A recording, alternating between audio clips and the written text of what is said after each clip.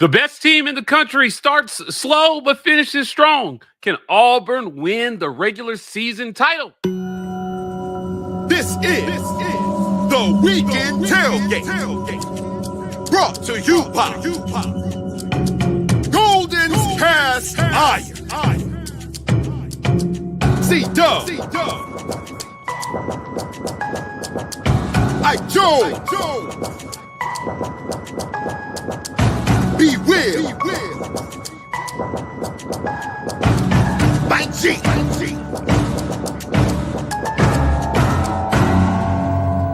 You are now listening to Weekend Tailgate brought to you by our friends at Golden's Cast Iron. Visit goldenscastiron.com/WR and use code Get Your Weight Up for 15% off your weights and code TWR for $65 off fire pits and Kamado grills. It's springtime and you need to be outside with our friends at Golden's Cast Iron, grilling up something nice for the family. Again, the fire pits, we got them. The Kamado grills, we got them. The weights, we got them. We're getting our weight up this spring. You should too with our friends at Golden's Cast Iron. Please visit them and use that address so they know that you came from our show. Guys, join up with the Green Name Gang. $5.99 a month will get you there. Exciting times on the Plains. Auburn is going to be #1 for the 7th week straight.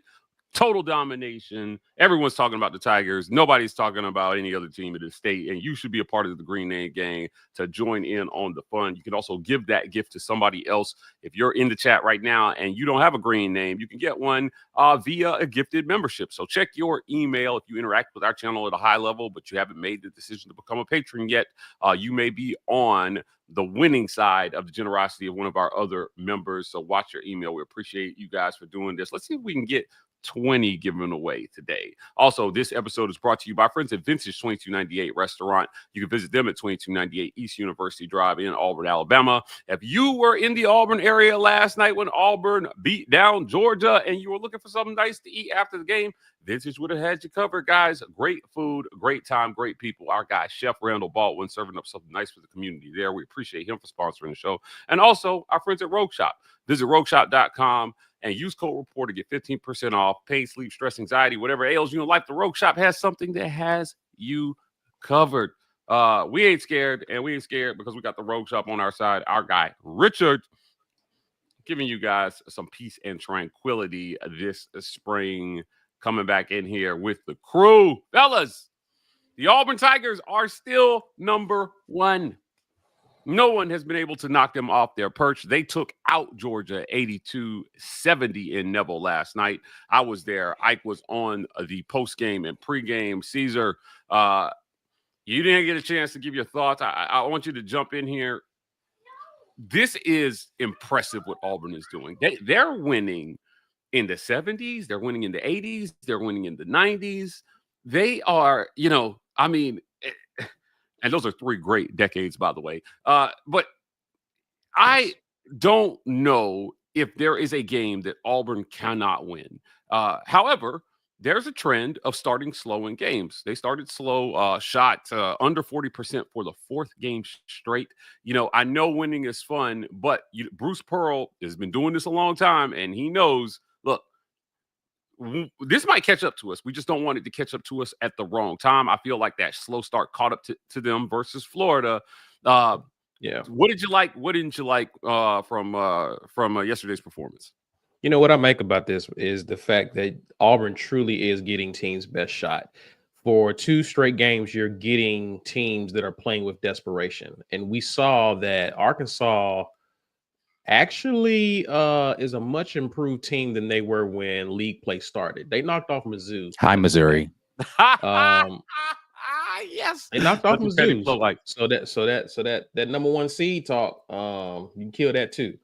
Even though it should never been allowed to begin with. But you're also facing a Georgia team that, in my opinion, man, they match up really well with our team. They got bigs who can play defense, who can guard the paint, and they play good perimeter defense as well. So throwing a zone at Auburn yesterday, something Auburn hadn't seen, Auburn wasn't expected to see, caused Auburn to kind of struggle a little bit in the first half. But you saw a different Auburn team come out in the second half and adjust to it. the way I take this, Mike, is that when teams are throwing their best at Auburn, it's just a preview of what to expect in the tournament. This is why you argue that, yes, you would love to see Auburn dominate every game that they come out.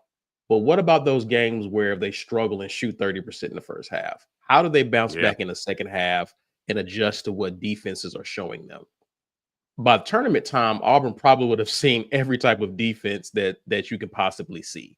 And to me, I think this just makes for a much more battle-tested team having to grind out some wins against really quality opponents. It's just the problem is they play in the SEC. Georgia would be a tournament team if they played in any other conference.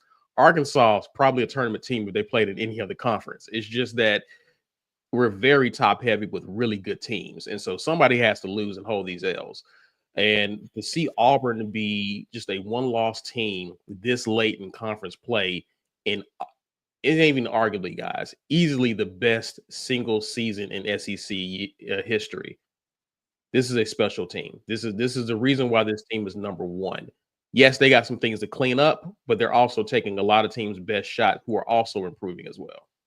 Best single season in SEC history. That's high praise. Kentucky has had a lot of great seasons over the last, 20 years. But when you look at what Auburn season is, the reason why I think you're right is it's about the totality of the league. That's winning the league outright this year definitely means something. And look, if you're Auburn, you're looking at what Alabama is. You're looking at what Kentucky is this year. You're looking at what Florida is. And, the only thing standing in your way really is you. That's it. Yeah. I'm noting some things. Last night, 3-point shooting wasn't great. It wasn't anything to write home about. What did you see last night? I know you were on the post game. What did you see last night from the Tigers that maybe gave you a little pause for concern? The only thing that was concerning for Auburn last night was the shooting in particular from guys like Tahad Pettiford and Miles Kelly, right? Like outside of that, Auburn played a good game. I expected Chaney Johnson to struggle in this game because he struggled the last time. The reason why he struggled was because he was in foul trouble this time more so than anything else. But yeah, I want to see Miles Kelly and Tahad find a way back into rhythm, particularly Tahad. Tahad's been off for a few games now, right? And he's had his lowest point outputs in these last two games. He had 4 in the last game. He had 2 last night. So he needs to find his way back into that. And I think that he will, just because he's a gamer like that. The reality is Tahad Pettiford is a freshman still, and it shows in kind of how locked in he is to big. It seems like the big moments he's most locked in, and in the games where it's like, oh, we're supposed to beat this team, he's not as locked in for whatever reason. I don't know if it is a just I gotta bring it this game, so I'm going to type of thing. I don't know what it is with that, but that's really the only thing that for me was concerning. You won the glass against a team that rebounds really well, and that was something we had talked about had been an Achilles heel for Auburn, is being able to get rebounds. Georgia's one of the best rebounding teams in the country, let alone the SEC. Auburn won the rebounding battle in that one. You didn't turn the ball over a ton. You won the turnover battle in this game, a team in which Georgia turned you over a bunch, and we talked about the concern with Auburn turning the ball over a bunch. You did everything that you needed to do except knock down 3-point shots last night. That's the only thing I feel like was of concern to me overall for this team. You want to see more production from your bench than you got yesterday. Only 8 points from the bench. But your guys on the bench are Chaney Johnson, Tahad Pettiford. Those are your scorers coming off of the bench. And Chaney barely played last night because of foul trouble. Right. And Tahad was in foul trouble and couldn't find his shot. So, to me, that's the message you send to Chaney Johnson. Really, the person who can stop you is you, Chaney. Yeah. If you can stay on the court, you can be effective. You are effective for this team. So play your game. Yeah.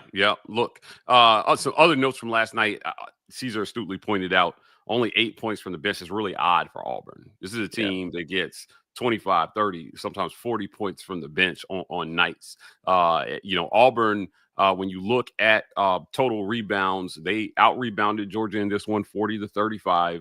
Kind of still reversing a trend that we've seen over the last few games where they've been losing the rebound battle. But you hit close to or most of your averages in this one. Again, total points a little under what Auburn has been doing.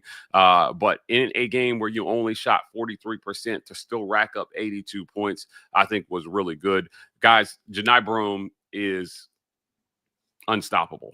11 of 18 for 31 points and 14 rebounds. He added 4 assists, and he only committed 1 personal foul last night. Yeah, 1 turnover. But he did play 36 minutes in this one. So he went the length of the game almost for Auburn. This guy has to be National Player of the Year at this point. I don't know what are we talking about. Look, Cooper Flagg is great.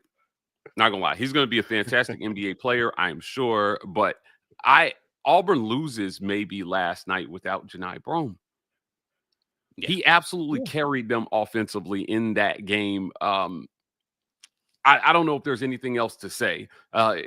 What argument, if you had to make an argument against Johni at this point, what would it be? That he has not played in Madison Square Garden and he didn't beat Illinois. Yeah, he didn't score 16 against Illinois in Madison Square Garden. If you don't do that, then I don't know what we're talking about, Mike.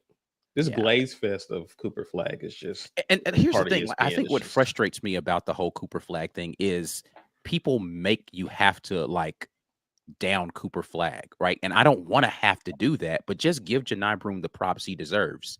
He is a man out of time, right? He's a guy who plays the kind of style of basketball that people say doesn't work anymore, and he's doing it and dominating. And he's doing it in a much tougher league, and he's doing it in a much more physical conference. Yes. And he is still putting up, he put up a 30-point double-double last night. Like, are we being for real? Against a team that their whole identity is toughness on the interior, with a guy that people in ASUNU that they feel like is going to be a draft pick, a lottery pick next year. Took him to school for 30 minutes. But we're talking about Cooper Flagg. Like, I don't like, somebody make that make sense when the numbers are comparable for the two of them. When you look at points per game, assists per game, blocks per game, rebounds per game, if the numbers are comparable, but one of them is doing it against tougher competition, guess who wins? It's not like better record too. Better record too. Yeah, I get it. I get it that Duke won the head-to-head. They absolutely did win that game. But they also lost to Clemson. Yeah. Like, are we being for real? Kansas. Auburn's blemishes are Duke and Florida. That's it. Yeah. Yeah. And he showed up in all of the games. It's not like he didn't show up in the games. Right. There are absolutely 0 no-show games when Johni Broome was in the lineup, even while hurt. Cooper Flagg can't say the same thing. He's got a couple of games. That's a really good point. Name the game that Johni Broome didn't show up. The games he was injured. That's it. And in my personal opinion, that's when that's when a lot of the Cooper Flagg steam really got going. He wasn't out long enough though for this to be a conversation. He wasn't out weeks. He missed two games. Just missed 2 games. And his team they found a way to win. Yeah. I mean, if they had lost, to me, that would have only underscored his importance more. But I get frustrated about the talk around this National Player of the Year discussion when it feels like it's just the historic nature of what Duke has done that's carrying Cooper Flagg in this discussion. And I understand people's arguments about, well, Cooper Flagg is going to be a lottery pick, but he came in with that hype and he hasn't blown it completely. It's not because he's played better this year. Like, be serious. Just be for effing for real. Yeah. For once in your life, if you live in North Carolina or you are a fan of that team, stop it. Yeah. Yeah. I mean, the hype train started during Team USA. He was in the scrimmage and Yes. Yeah. They were bigging up was what he serving was doing. I players. think he dunked on somebody, and he was going Hey, and good for NBA him. players. Like, yeah, listen, And we're that's what I'm not saying. denying that he's a good player. I'm not saying Cooper Flagg's not a good player, but you make me have to do this. Like, that's what I'm saying. Like, I don't want to sit here and bag on him. He's a phenomenal athlete, good player. He's not the national player of the year, though. He's just not. But again, Auburn keeps winning, and Bruce Pearl said it himself. He's like, how I've always voted and how it makes a lot of sense, particularly in this scenario, best player on the best team. If Auburn continues to be the best team in the country and Johni Broome is clearly the best player on that team, give him the award, man. Stop playing. Yeah. And I think that's the tragedy of this is that Auburn has to be the number one team in the country in order for Johni Broome to get what he's supposed to do. The bar, like they're setting the bar. They're using a different standard for him. Right. Because Duke clearly doesn't have to be the number one team in the country for has Duke been number one at all this season? Oh, that's a great question. I don't think they have.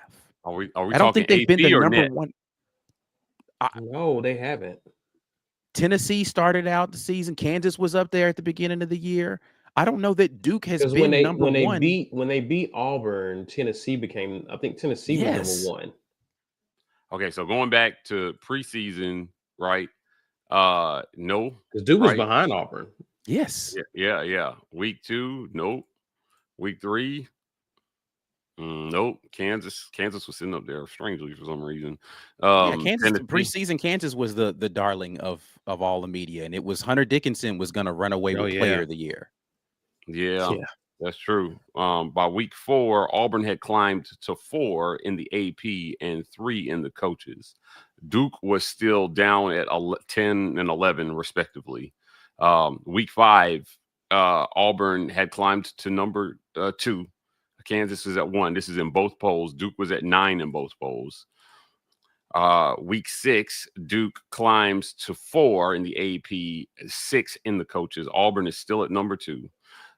Week 7, this is where you see this is getting closer to that the Auburn Tennessee game. It's Tennessee 1, Auburn 2, both polls. Duke is at 5 in both polls. Week 8. That's because Duke lost, I think. Yeah. Week 8, still Tennessee 1, Auburn 2, Duke 4 in both polls. Week 9 saw Tennessee 1, Auburn 2, Duke 4 in both polls. Week 10, you had Tennessee 1, Auburn 2, Duke 4 in both polls. Not a lot of movement here. And then week 11 is when Auburn took over as number 1, and we know that they've been number 1 ever since. Right. Like once they became number 1, they never gave it up. So Iowa State was 2, Duke was 3. That's week 11. Week 12, Duke moved to 2, but did not overtake the Tigers. We know that there was when Auburn lost to Florida, Duke also lost to Clemson. Right. So week 13, Auburn 1, Duke 2. Week 14, Auburn 1, Duke 2. Week 15, Auburn number 1, Alabama 2. But the coaches had Alabama 1 and Auburn 2 in week 15. And in week 16, obviously, everything was right in the world. Auburn 1, Florida 2, Duke 3. So, no, they have not reached the number 1 at all. Never been the number 1 team in the country. So the standard by which Johni Broome is being judged is by the success of his team. And if they're not number 1, then they're using that as a reason to discredit him. Right. But they've been number 1 for 7 weeks in a row. Duke never been number 1 the entirety of the season. Somehow Cooper Flagg is still, in some people's mind, the national player of the year, though. Doesn't make sense to me. Yeah, it doesn't make sense. Look, let's pivot. Let's talk about the goals left for the season. Auburn obviously is number 1 in the SEC with only 1 loss in conference. Florida is coming in at 2 right now. Technically, they're tied with Bama. But if you're Auburn, which team are you worried about more? Ike, you and I talked about this. Florida or Bama at this point? It's still Florida. It's Florida? Yeah, for me, it's still Florida. Florida. I was worried about Florida before we played them. Florida's the better team on both ends of the floor. I think Bama clearly is the best scoring team in the country. Florida can score and they defend really well. Florida has the interior bigs to be able to guard the way that they need to against Johni Broome.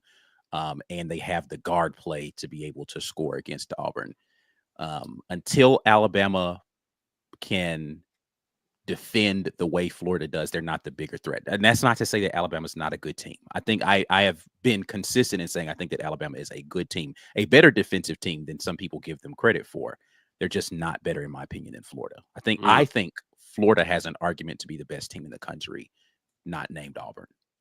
Florida's remaining schedule is at Georgia, home versus Texas A&M, at Alabama, and then home versus Ole Miss. So 3 ranked matchups. Alabama's remaining schedule is Mississippi State, at Tennessee, Florida, at Auburn. And Auburn's remaining schedule is Ole Miss, Kentucky, Texas A&M, Alabama. I think Auburn has the toughest remaining schedule here. Man, it's close between them and Alabama. All ranked matchups. I think Bama might have. I think Bama got us. I think Bama got us easy. Florida and Tennessee. You're at Tennessee. That's not even up for debate. They got it rough. Now Auburn doesn't have any cupcakes left, right? Like this Ole Miss team is this Ole Miss isn't a cupcake. Yeah, Ole Miss isn't a cupcake. They should beat them. They're not a cupcake. They're terrible. They're awful. They're frauds. Yeah, they're not awful. They're just not. They're not awful. They're not elites. They're not one of the elite Running teams Johni, left. man, out there. Look, at the end of the day, Ole Miss sucks. They're going to be the ones to embarrass the conference at the end of the day. Yes, they're going to be the ones to embarrass beginning the of conference. the day, actually. Yeah. So there was a guy in our comments run wild the other day. Bama fan, very upset about Auburn's success. Wait, pause. A Bama fan was saying crazy things in the comments. Yeah, wow. Yeah, I know. Weird. News. I didn't know if he watched the video. I think he just saw the title and came to argue. I don't know that. Be lucky it wasn't something he had to read. Outside of what it means for the regular season crown, I don't really think Auburn's thinking about Alabama. I think their sights are set much higher. And this idea that Auburn is focused on Alabama is crazy because that's what the person said. Have not accomplished anything recently that Auburn hasn't done. I mean, both schools are really good at basketball right now. That's all right. But I don't this carryover from football. Listen, football, I get it. You won 1 million championships with Nick Saban. He's gone. I think they're going to come back down to earth over the next couple of years. But basketball is different to me. There is no reason for arrogance from that side of the state when we talk about basketball. I don't see it. I just don't see it. Look, I'll admit I was wrong. I did not think 4 weeks ago, I didn't think that Alabama was a top 5 team.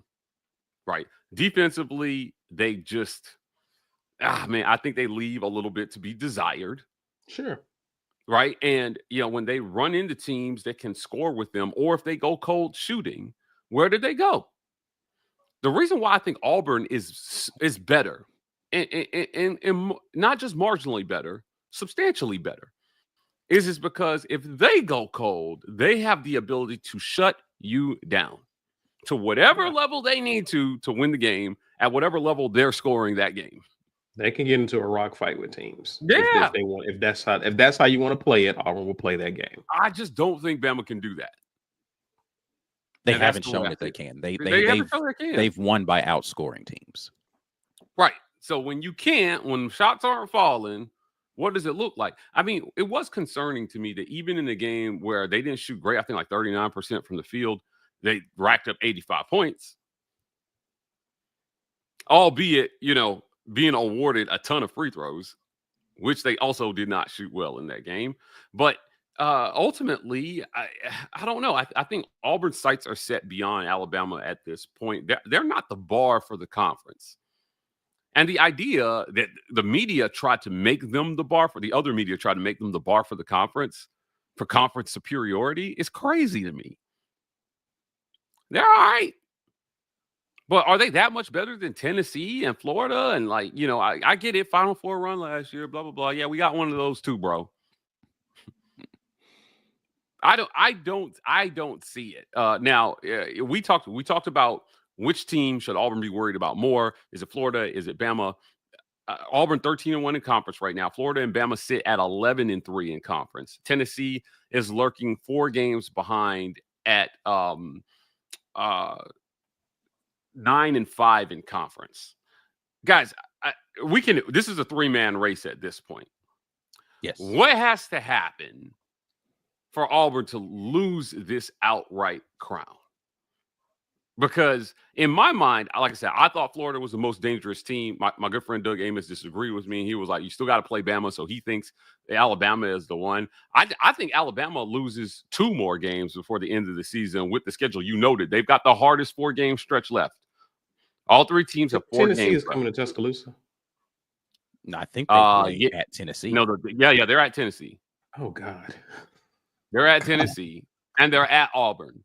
They get Florida at home and Mississippi State at home. Tennessee going to be there full of rocks. Mississippi State bounced them from the tournament last year. They're going to muddy up that game for Bama. That's ugly. Mississippi State bounced them from the conference tournament last year. I think there's 2 more L's on this for Alabama. Personally, Florida was the one I've been worried about. But they play as well, too. So Ike and I are on record saying we feel like it's actually better for Auburn if Alabama wins that Florida game. Yeah, I agree with that. There's plenty of opportunities for Bama to slip up. It's not like Florida is the only tough game remaining on their schedule. There's other opportunities for them to lose. Yeah, I think to lose the outright title, Auburn's going to have to lose 3 of the last 4. Fair? Yeah, that's the only way that you get into that conversation. Outright, yes. Yeah, right. To lose that, always have to lose 3 of the last 4, right?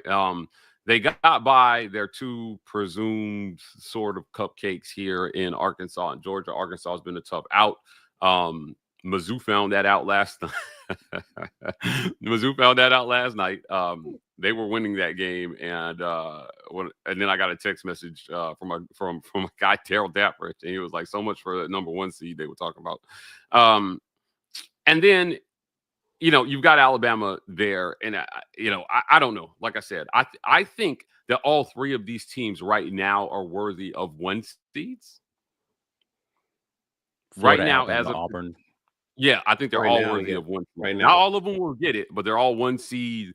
They all deserve. Like Auburn is the number 1 overall seed, so they're not worthy. They're going to be a number 1 seed at this point. Yes, right. But if you're Alabama or Florida, you're in that conversation. But any significant falter down this 4-game stretch might knock you to a 2 seed. Now, beyond that, Houston is lurking. Right. Duke is there in the conversation, for a 1 seed. How many SEC teams? Duke is going to definitely be a 1 seed. You think Duke? Yeah, right. I just don't see. That's the question is who's going to be the other 2, really. Auburn and 1 and 1 seed. Yeah. Like, and does the SEC get a second number 1 seed? Is that a lot?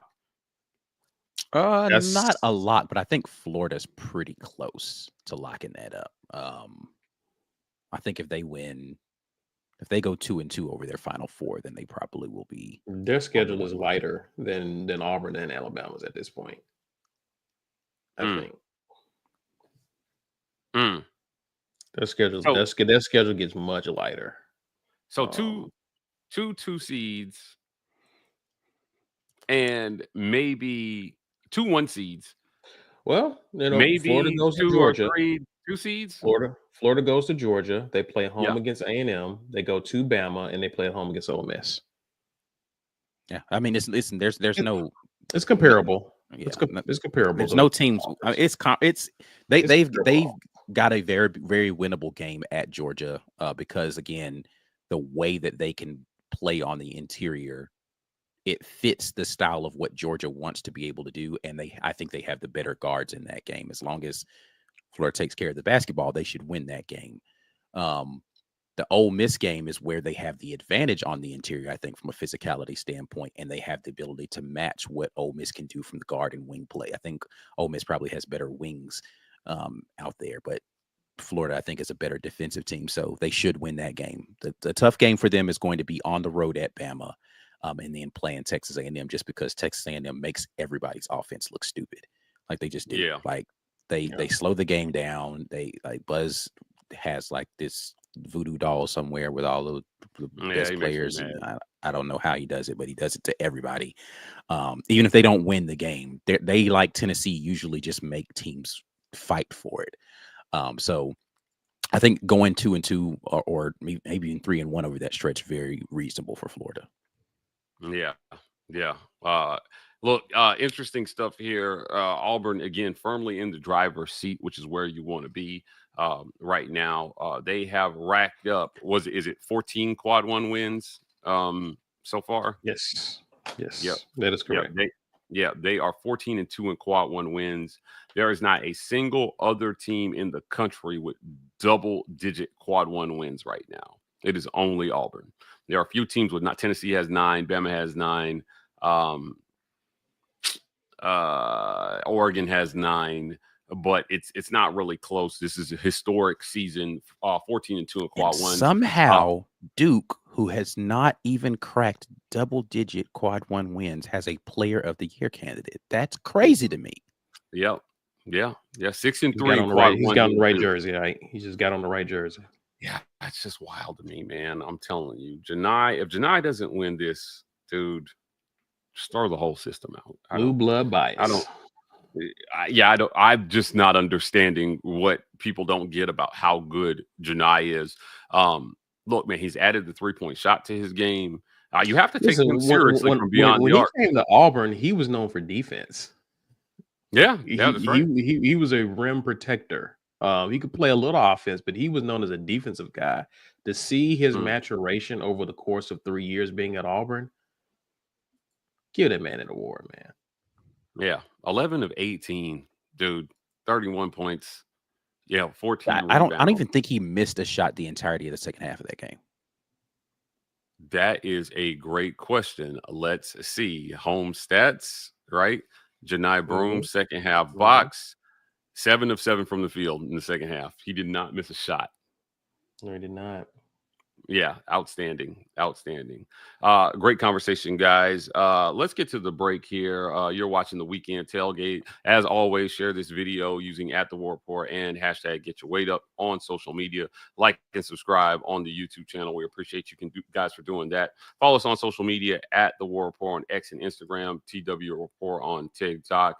We'll be back after the break to talk even more Auburn basketball. Again, high hopes for the Tigers this year. What will they do? We'll talk about it.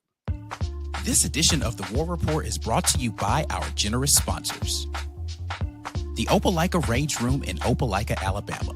The Rage Room is a place where anger and stress find their ultimate release. Call or text 334-777-6688 to set up a session today, or check them out online at opelikaRageroom.com.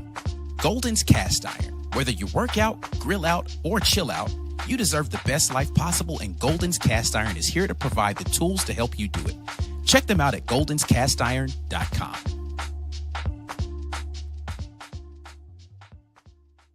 Weekend Tailgate brought to you by our friends at Golden's Cast Iron. Again, visit goldenscastiron.com/WR. Use code Get Your Weight Up, 15% off your weights, and code TWR for $65 off fire pits and Kamado grills. We appreciate Golden's for sponsoring the segment. Also, join as a patron. $5.99 a month will get you there. We appreciate our patrons. Let's give the gift of the War Report by hitting that gifted membership button. Help somebody else join the Green Name Gang today. Also, this segment is brought to you by our friends at Vintage 2298 Restaurant. If you're in the Auburn area looking for some fine dining, Vintage has you covered. Visit them at 2298 East University Drive in Auburn, Alabama. Also, the Rogue Shop. Visit rogueshop.com and use code REPORT to get 15% off your Rogue Shop order. Pain, sleep, stress, anxiety, whatever ails you in life, the Rogue Shop has something that has you covered. Our guy Richard there, great sponsor. We appreciate him for being on board with us. Also, our friends at at Underdog Sports. New customers deposit and get up to $1,000 in bonus cash. Just pick over or under on 2 players, and your entry has a chance to win big. Cash out hard with our friends at Underdog Sports. Again, new customers deposit and get up to $1,000 in bonus cash. Jumping back in here, Caesar, the Auburn Tigers now stand atop the heap. It's just them. They stand alone, 25-2 on the season. We've talked a lot about what is a failure for this team this year. Last year, they famously got bounced in the first round of the tournament by Yale. That cannot happen this year. So many storylines. The game got a little chippy in the second half, and Chad Baker Mazzara was in there. Ultimately, it was Denver that got hit with a tech. Yes. Right. And who else got hit with a technical foul? I think it was a situation with all four guys. I think Chad tried to break it up. The other guy tried to break it up, and they just called techs on everybody. Yeah, number 5 for Georgia definitely got it. Damari, he got a tech. And I forgot who the other guy that was got a tech, but they teched up 4 people in the scrum. I thought it was a whole lot of nothing. Bruce Pearl said that after the game. He felt like it was a whole lot of nothing. But look, if you're Auburn, are you concerned, going back to our original conversation, about anything that they're doing offensively in the first half? What do you attribute the slow starts to? They clearly pick it up in the second half, but I'm telling you, one of these days you're going to get into a deficit you can't get out of, and I think that's what happened versus Florida. Yeah, I mean, again, I think there's 2 things. Number one, you're playing teams who, from a defensive standpoint, they put together a good game plan for you. When you think about the Floridas, you think about a team like Georgia, Arkansas. Auburn was just shooting. I mean, Auburn had looks there. They just shot poorly. But against Bama, Auburn jumped out to a 9-0 lead, something like that. Against Bama. So Auburn's focus in that Bama game was something we saw in non-con earlier in the year. Auburn was playing with a similar type of focus that captured a lot of people's attentions. I think Auburn just has to stay focused down the stretch. And those games that you feel like you can win, that teams are gunning for you, like the setup is there, Mike.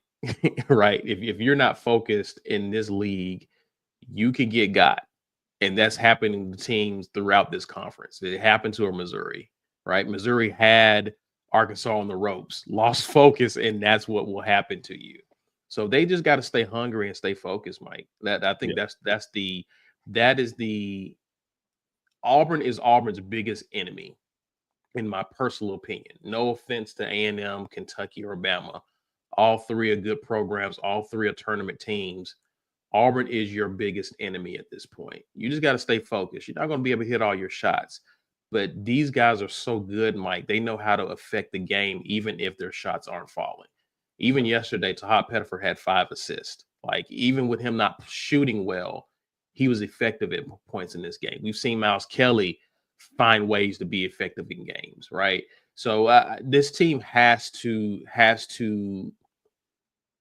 they just got to stay focused, I think. Yeah. They can't lose focus. They can't think that they got this in the bag, and they have to understand the mental games that teams are going to try to play with them. Yeah, they know what happened last year. Yeah, anything they can to throw you off your game, certainly. And if you're Chad Baker Mazzara, especially, you got to know they're going to try to get under your skin. You just can't fall for it. Look, before we move on, let's get to some comments. Phil Petway says, I think we're a victim of our own success. Teams want to beat us. You got to bring it every night. Agree. Yeah, I agree. Kyle Sweat says, Jedi Broome got out the broom for sweep of all that dog doo-doo. Yeah, look, these were some hard-fought games with Georgia this year. They weren't going away in that game last night until the end. I know they won by double digits ultimately, but Georgia was hanging around. Bingo says, hoping the field goal percentage improves as we head into March Madness. Great defense, but we'll like them to challenge those teams that love to hit 3-point shots. Yeah, I agree. Look, Arkansas could have been a disaster. Yeah. Zvonimir Ivicic, 0 for 10, was lucky. I don't care what anybody says. Some of those shots were wide open. He just didn't hit them, and they looked good when they left his hand. I thought, goodness, that's a bucket, and it just wouldn't drop for him. And then they come out and they beat Mizzou. Right? Remember, they were 18 down to Bama and came back and lost by like 3 or 4. So this is what it is. Auburn, you just got to understand. All it takes is one when you get into the tournament. Make Auburn great again says last year everyone was saying, oh, we can't win close games. Now everyone is saying Auburn is falling off because we had a couple close games. Yeah, this is a great point. Can't win with some folks. Can't win. Yeah. Ultimately, yeah, and again, to me, and that's what I led with when we first started the show, is that this is a team that's winning in every way imaginable, right? And just because, and I don't know if we just get into, they say comparison is the thief of joy, Mike. When we start comparing how other teams are beating teams aren't beating teams. The best teams in the league aren't blowing everyone out. I think Florida won by 14 on the road against LSU. We won by 12. Like, you just got to win, right? Just win. That's really, and in this league, that is especially true. You're not going to get a lot of style points in this league. We can, even against some of the worst teams in this conference, it's going to be tough to get some of those style points. Your style points should have been in non-con when you were playing lesser inferior opponents. Anyone can get got in the SEC this year if you lose focus. Yeah. Yep. Lisa Wise with the super chat. Opinion on the common foul BS call when when Georgia player hit Auburn in the head and face, not a basketball play. Announcer says that will be quad 1. I mean, or F1. I think maybe she meant there. Look, this is the second game straight where I've just kind of been like, what are we doing? What does it take for Auburn to get an F1 called on the other team? I don't understand how they're calling this. The inconsistency, I think, is something that needs to be addressed from the SEC office. This is the moment I knew Auburn will not get the benefit of the doubt from referees this year for whatever reason.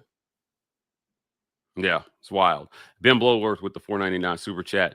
We have won the past couple of games by getting out to a large lead. Is there something Auburn can do to extend the lead rather than maintaining it? Look, I mean, again, the trend has been poor first half shooting the last 3 games. So, you were only 29-24, I think, last night. And they obviously, both teams shot fairly well in the second half of the game. When you look at the second half box for Georgia, look, they ended with 46.7%, but it was a few shots, desperation shots down the stretch that brought their percentage down. They were over 50% for a lot of the second half. If you're Auburn in the second half, you shot 59.3% from the field. What I'm seeing, Mike, is a lot of teams are getting to the free throw line against Auburn in the second half in games. Saw it against Bama, even Arkansas, especially.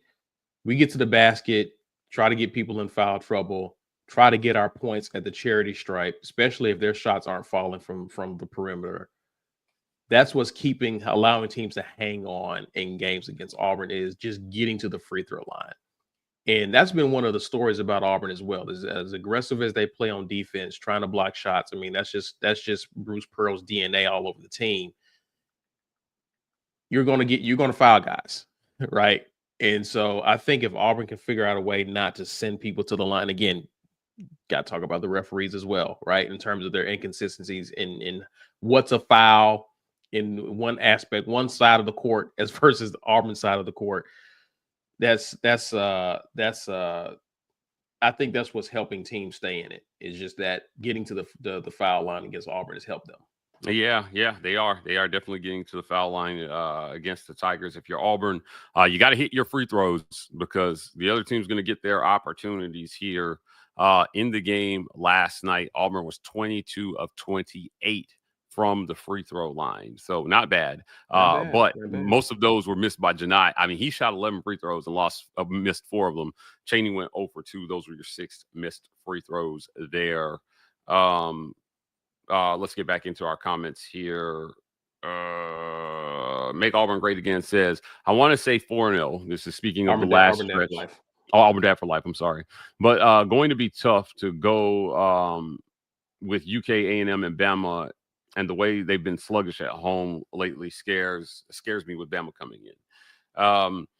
Yeah, I mean, some of the scariest games have been at home. Matter of fact, I think they've looked stronger on the road Look better on overall. the road, Yeah, ironically. Yeah. I think that's a good problem to have because you're not gonna have a home game in the tournament. So Right. playing well away from home is something I'd rather see. Yeah, you Neville, you know, we argue about Neville strikes fear in people. I don't know if it's struck fear in people this year, even though Yeah. Auburn's only dropped one. It's been interesting. There was a comment on social media. Let's take this comment down about the energy in Neville last night not being what it normally is. And I gotta say, I will concur. It was almost like people were too worried to cheer a lot of the game. Like the crowd was tight. I was in there. The crowd was tight, it felt like, but the energy is always great. It's always good. But it wasn't like, I don't know. It's there's something about when somebody comes in and you're taking something from them that gives the crowd a little bit extra energy rather than it feels like you're holding on to something and the crowd was a little tight, it felt like. So they need to get over that for these last two home games. Yeah. Because you want the sweep against Bama, trust me. Make Auburn Great Again says, them fools on field of 68 said that Duke is the best team in the country because they dominated Illinois. LOL. That was a wild take to 16 me. and 10 team. Dominated the 16 and 10 team. I have a question about this. Because he also said that Auburn was the number one team in the country. Jeff, what's his name? Goodman said this. The Auburn was the best team in the country. And I'm thinking to myself, I'm like, which is it? Now he's going back on that. It just seems like they're prisoner of the moment because I've seen them just give Auburn their flowers and then as soon as they get done, I think they were actually present for that Duke game. Or they were covering that game. I'm sure they were there. So I think a lot of that had to do with that as well. Yeah. I don't know what to make of them. I have a lot of questions about that platform. Make Auburn Great Again says, dude just walked up to Chad Baker-Mazara and pushed him. Chad was just standing there. He definitely created that situation. And for them to hand out the text, the double text, I think was kind of weak. They had a chance to send a message to Georgia. Like, what am I supposed to do when the dude just comes up and then does what that guy does? Right. It was number 5. Demary for Georgia that started the whole thing. Look, I get it, dude. You guys were getting your butts whooped. Now I know that's hard to take, but that's what you signed up for. So take your butt whooping and go back to your bench. It's crazy. I thought again the refs here are just really I don't know. If you're Auburn, you just got to deal with it. It's your lot. Chad Baker-Mazara, I compare him a lot to Nick Fairley in 2010. Where he had developed a reputation, whether fair or foul. And then in that Iron Bowl, he sacks Greg McElroy. And he does a little dance 6-7 yards away from McElroy. And they throw a flag on him. Right? And an unsportsmanlike conduct. And even they were just like, that's not a good flag. But he has a reputation, so you just have to know that they're coming after you. It's going to be interesting to see, how Bruce Pearl manages that down the stretch. Look, Tahad Pettiford 0 for 7 last night. Ike pointed it out. He doesn't know what that is. People have to remember he's still a freshman, but he can hit big shots in big moments when you need him. He played 21 minutes last night. Rounding out this discussion here, any concerns about Tahad down the stretch? I still feel like he's going to hit a big shot to win a game here come tournament time. Sometimes the shots just don't fall. We've seen it with some of the best shooters in the game. They just struggle. And the last night was one of those nights for Tahad. Again, Tahad was effective in other ways. He had 5 assists. He still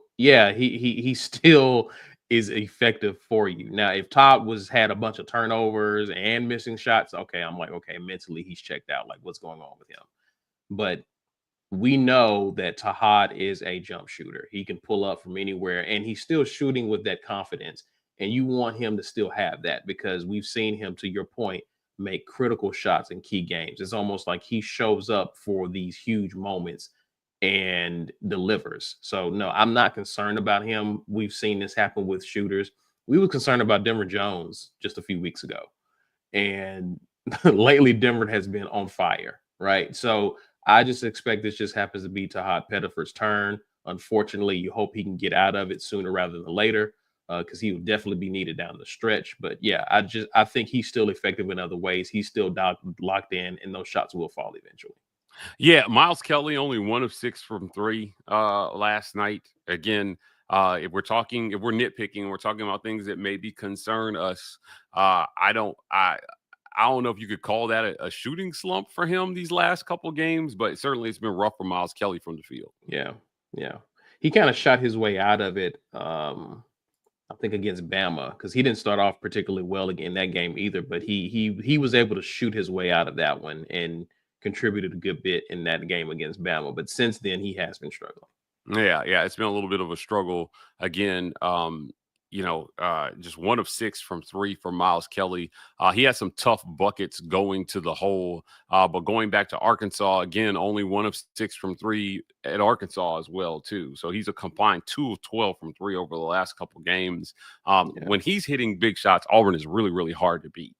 And so I think that's where you've seen some of these games look a little closer. Is just in the past when they've had a guy like Miles go cold, there's nowhere else to go for big shots. It just feels like every night there's somebody that can carry you, which is why Auburn's greatest strength this year is depth. Yes. The ability for any one person to carry you on the night. You scored 82 points. Johni had 31 of them. And obviously, getting back to Johni Broome, he's been a model of consistency. That's what you expect from Player of the Year. So he's the anchor of this team. You just need a few guys to contribute offensively and get you some buckets as well, give you double figures. And Auburn has seemingly had a guy step up in every game. At least two guys in every game step up in addition to what Johni does, whether it's Chaney Johnson in the interior or even him hitting some threes. Tahad, Miles, Denver, Chad. You have guys who can step up and give you those buckets. I've named 6 guys, 5 guys in addition to Johni who can get you that. A lot of teams don't have that. So it's truly a by committee situation for other teams. But Auburn has guys who can contribute starter production from guys coming off the bench, and that's amazing. Other notes: Chaney Johnson only 11 minutes played last night. Very, very oddly low minutes for him. He was 2 of 2 from the field, but he had 4 personal fouls, so he's in foul trouble most of the game. Tough if you're him to keep him on the floor when he's racking up fouls. Now he only had 2 in the first half, but he got that third personal foul really quickly. They sent him to the bench. He's been monster for Auburn the few game stretch. So having him on the bench certainly maybe slows your scoring down some. Let me get a prediction from you here because we've been doing this in stretches this season. I want to close the show talking about what you think Auburn will do down this last 4-game stretch. Is it 4-0 for the Tigers in your mind? Right? Or do they drop a game or two here over the last stretch of the season? I'm going to put my book hat on here, Mike, and I think Auburn's going to go 4-0. Okay. If they were to lose a game, which game are you looking at? I'm probably looking at A&M. A&M? I think I could say the same thing if he were here. Yeah, it would probably be A&M. I mean, because I think the way they make teams struggle, and Wade, for whatever reason, Wade just goes off against when he plays. I mean, he's a good player and he goes off against a lot of teams, but it just seems like there's something about Auburn that he just saves almost his best game for. So that game concerns me. Kentucky, amazing offense.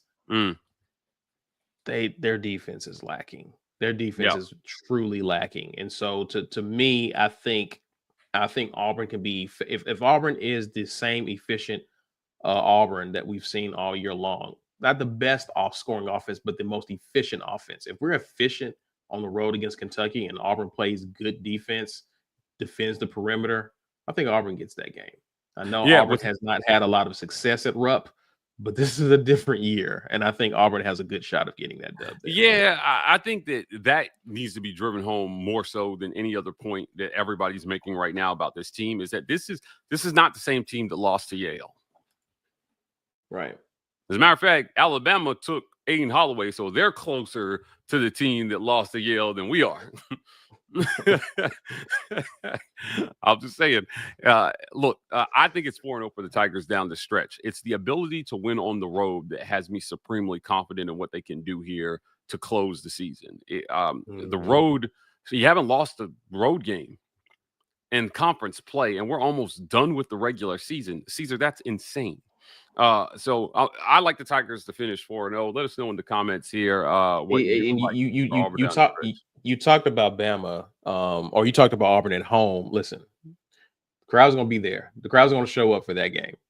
Don't have to worry about the crowd and Neville for Bama. And I think Auburn gets up again. I loved Auburn's game plan, and I don't know how Bama counterpunches that. They didn't do it for 40 minutes. At home, and I don't see how they do that on the road against Auburn. I'm still a tough game, but I like Auburn. I like Auburn getting the sweep this year against Bama. But again, that's the road game against A&M worries me. But I think I'm a bug and say 4-0. Auburn goes 4-0. A couple comments here to close the show. Poppy Clan with the super chat says the double techs were gutless by the refs. Agreed, they were gutless. Brad Browning says at some point Sankey is going to have to do something about the terrible officiating. It's more than just the Auburn games. They suck in every game. They suck in every game. Yeah, I agree. It's terrible. I don't win though, Brad. We've been complaining about this crap for how long? Yeah, it's been a while. This officiating has not been good. Wesley Hilson says what we have to do is have Chaney keep himself out of foul trouble. I would agree with that one as well too. You need him if you're all you need him if you're Auburn on the court. You're not better with him not on the court. TK says I can pick against them. We keep getting it done. I can't pick against them. I think he said we keep getting it done in spite of stuff, and we are due to get back on that hot streak. Right. Yeah, that's a good point, TK. Yeah, Plain True says Mike and 50 Cent must be cousins. Don't know what that means, but thank you. I think Auburn goes 4-0 down the stretch here. I do. A lot of you agree. A lot of people saying 3-1. I think even if you drop the game, 3-1 still secures the number 1 overall seed, in my opinion, and you're number 1. You win the conference title. Yeah, I agree. I'm not mad at 3-1. Yeah, 3-1 means a 28-3 season. Going into the conference tournament, that would just be phenomenal. I think it's the best season in school history. Yeah, I think they're knocking on the best season in school history. So we'll see. Great conversation, Caesar. We're going to get out of here, guys. Again, we want to thank our title sponsor, Golden's Cast Iron. Visit goldenscastiron.com/WR and use code Get Your Weight Up for 15% off your weights and code TWR for $65 off fire pits and Kamado grills. Spring is here. You want to be outside grilling with your family. Golden's Cast Iron has you covered with great products there, lifetime products. It goes to Golden's Cast Iron, a great local sponsors.